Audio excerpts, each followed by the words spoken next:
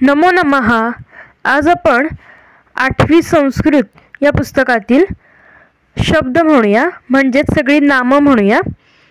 पहिला शब्द आहे अकारांतम पुल्लिंगम नाम देव, म्हणजे पहिल्यांदा आहे आपल्याला दिलेला देव शब्द, आणि इथे त्यांनी देव या शब्दाची फोड करून आपल्याला दाखवलेली आहे। कसं होते फोड बघा। दे आहे पहिल्यांदा, म्हणजे हलंत द अधिक ए दे, आणि व कसं तयार झालं असेल, हलंत व अधिक अ, म्हणजेच शेवटी काय येतं इथे अ येतोय, म्हणून याला काय म्हटलंय अकारांत, ज्याचा शेवट अ ने होतोय असा हा शब्द आहे अकारांत। किंवा तुम्ही देव हा शब्द म्हणून बघितला तरी लक्षात येईल की शेवटी अ हा साऊंड येतोय, म्हणून देव हा अकारांत आणि पुल्लिंगी शब्द आहे। त्याच्यामुळे कोणताही अकारांत पुल्लिंगी शब्द असेल तर तो देवप्रमाणे चालतो, त्याच्यामुळे त्यासाठी आधी आपला देव हा शब्द पाठ असला पाहिजे। त्यामुळे आधी आपण हा देव शब्द म्हणूया। इथे दिलंय एकवचनम, द्विवचनम, बहुवचनम आणि विभक्तीही। तुम्हाला माहिती आहे संस्कृतमध्ये 3 वचनं आहेत, एकवचन, द्विवचन आणि बहुवचन, आणि इकडे विभक्त दिलेले आहेत। आता म्हणूया आपण हा शब्द। देवः देवौ, देवाः प्रथमा, देवं देवौ, देवान् द्वितीया, देवेन देवाभ्यां देवैः तृतीया, देवाय देवाभ्यां देवेभ्यः चतुर्थी, देवात् देवाभ्यां देवेभ्यः पंचमी, देवस्य देवयोः देवानां षष्ठी, देवे देवयोः देवेषु सप्तमी। हे देव, हे देवौ, हे देवाः संबोधनम। हा आहे देव शब्द। आता पुढे दिलाय आपल्याला अकारांतम नपुंसकलिंगम नाम वन।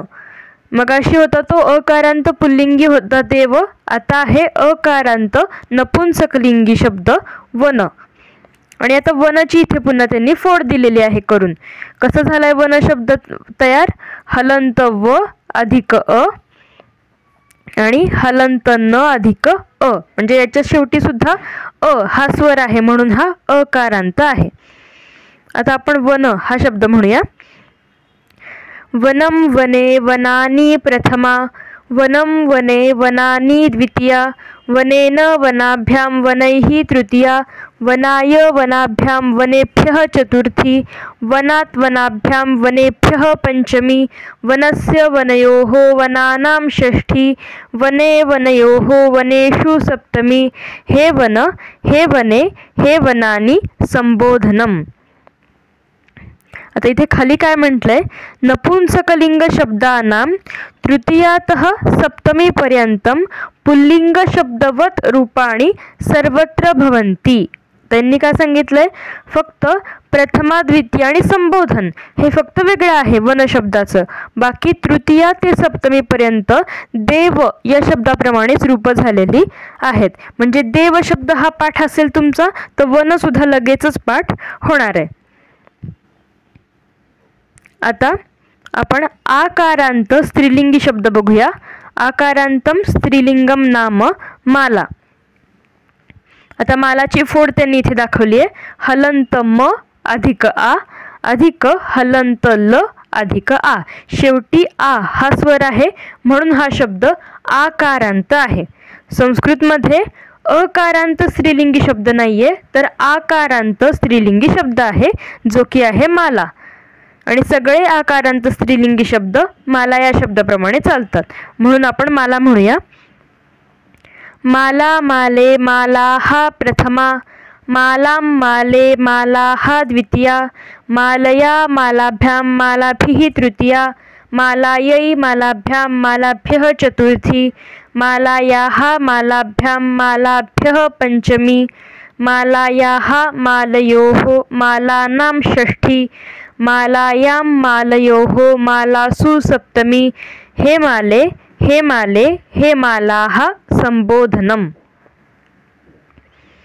देव वन माला झाले। आता आपण ह्रस्व इकारांतम पुल्लिंगम नाम कवी, कवी हा शब्द म्हणूया। कवी हा शब्द कसा आहे, ऱ्हस्व इकारांत, म्हणजे व ला बघा इथे पहिली वेलांटी आहे म्हणून आपण म्हणतोय ऱ्हस्व इकारांत, आणि पुल्लिंगी आहे म्हणून ऱ्हस्व इकारांतम पुल्लिंगम नाम कवी. आणि इथे कवीची फोड केलेली आहे, हलंत क अधिक अ, म्हणजे क पूर्ण झाला, आणि वी कसा तयार झाला असेल तर हलंत व अधिक ई, वी. शेवटी ई हा स्वर आहे म्हणून हा इकारांत आहे. आता म्हणूया आपण शब्द. कविः कवी, कवयः प्रथमा, कविं कवी, कवीन् द्वितीया, कविना कविभ्यां कविभिः तृतीया, कवये कविभ्यां कविभ्यः चतुर्थी, कवेः कविभ्यां कविभ्यः पंचमी, कवेः कव्योः कवीनां षष्ठी, कवौ कव्योः कवीषु सप्तमी, हे कवे, हे कवी, हे कवयः संबोधनम. आता इकारांतम स्त्रीलिंगम नाम मती. हा ऱ्हस्व इकारांत स्त्रीलिंगी शब्द आहे मती, आणि इथे मतीची फोड केलेली आहे त्यांनी, हलंत म अधिक अ अधिक हलंत त अधिक ई, इकारांत स्त्रीलिंगी शब्द. मतिः मती, मतयः प्रथमा, मतिं मती, मतिः द्वितीया, मत्या मतिभ्यां मतिभिः तृतीया, मतये मत्यै मतिभ्यां मतिभ्यः चतुर्थी, मतेः मत्याः मतिभ्यां मतिभ्यः पंचमी, मतेः मत्याः मत्योः मतीनां षष्ठी, मतौ मत्यां मत्योः मतीषु सप्तमी, हे मते, हे मती, हे मतयः संबोधनम. आता ह्रस्व इकारांतम नपुंसकलिंगम नाम वारी. तर वारी शब्द म्हणूया. याची फोड दिली आहे, हलंत व अधिक आ, वा तयार झाला, आणि री हलंत र अधिक ई. शब्द म्हणूया. वारी, वारिणी, वारिणी प्रथमा, वारी, वारिणी, वारिणी द्वितीया, वारिणा वारिभ्यां वारिभिः तृतीया, वारिणे वारिभ्यां वारिभ्यः चतुर्थी, वारिणः वारिभ्यां वारिभ्यः पंचमी, वारिणः वारिणोः वारीणां षष्ठी, वारिणी वारिणोः वारीषु सप्तमी, हे वारे, हे वारी, हे वारिणी, हे वारिणी संबोधनम. काय करायचं वारी शब्द म्हणताना, जिथे दुसरी वेलांटी आहे म्हणजे जिथे दीर्घ वेलांटी आहे तिथे काय करायचं, थोडासा उच्चार लांबवायचा, म्हणजे कुठे पहिली वेलांटी आहे आणि कुठे दुसरी वेलांटी आहे हे आपल्या लक्षात येईल. आता पुढे त्यांनी दिलाय दीर्घ इकारांतम स्त्रीलिंगम नाम नदी.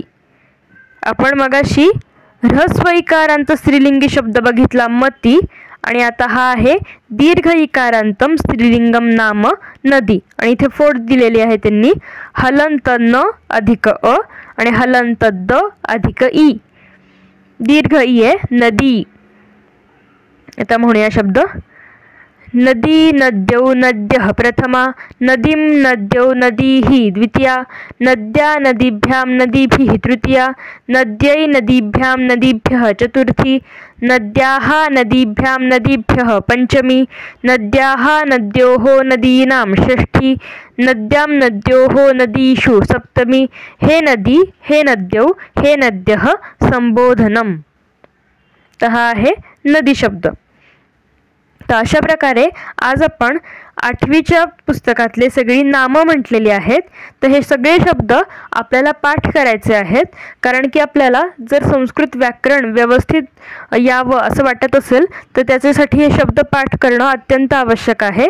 आणि आपल्याला हे शब्द 10वीत सुद्धा लागणार आहेत, त्याच्यामुळे हे आपले शब्द पाठ असायला हवेत. तुम्हाला जर माझे व्हिडिओ आवडत असतील तर व्हिडिओला लाईक करा, शेअर करा आणि आपल्या चॅनलला सबस्क्राईब करा. चला तर पुन्हा भेटूया पुढच्या भागात. पुनर्मिलामः. धन्यवादः.